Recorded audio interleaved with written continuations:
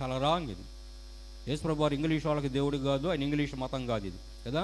భారతదేశ మతం. అసలు భారతదేశానికి మొట్టమొదట తన పునరుద్ధానపు శరీరాన్ని తాకిన తోమాను పంపించి ఒక భారతదేశాన్ని సువార్త అందించిన క్రైస్తవ్యాన్ని ఇంగ్లీష్ మతంగా మనోళ్ళే చేసేస్తున్నారు. మీకు అంత ఇంగ్లీష్ మీద ప్రేమ ఉంటే మరి ఇంట్లో చేసుకోండి.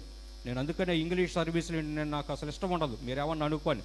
ఎందుకనంటే మనం తెలుగు వాళ్ళం, తెలుగులో అసలు ఇంకా పైగా శాస్త్రీయ సంగీతముతో దేవుడిని ఆరాధించగలిగితే వాళ్ళు కూడా వింటారు తెలుసా.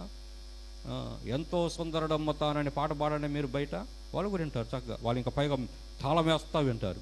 అక్కడికి వెళ్ళిపోయి this is my lord, this is my gov అన్నారు అనుకోండి.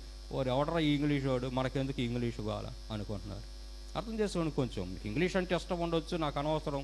కొంచెం ఆలోచన చేయండి భారతదేశం గురించి ఆలోచన. మరి భారతదేశం ఏ విధము చేతనైనా నా దేశం రక్షింపడాలి అనే ఆలోచన మీకుంటే భారతదేశం ఏమి నమ్ముతుందో దాంట్లో నుంచే సువార్తను చెప్పి తీసుకెళ్ళిపోతాం. భారతదేశం ఏది ఇష్టపడుతుందో దాంట్లో నుంచే యేసుప్రభువుని మనం చూపించగలుగుతాం. అది అసలైన సువార్త అంటే, అది అసలైన భారం అంటే అది.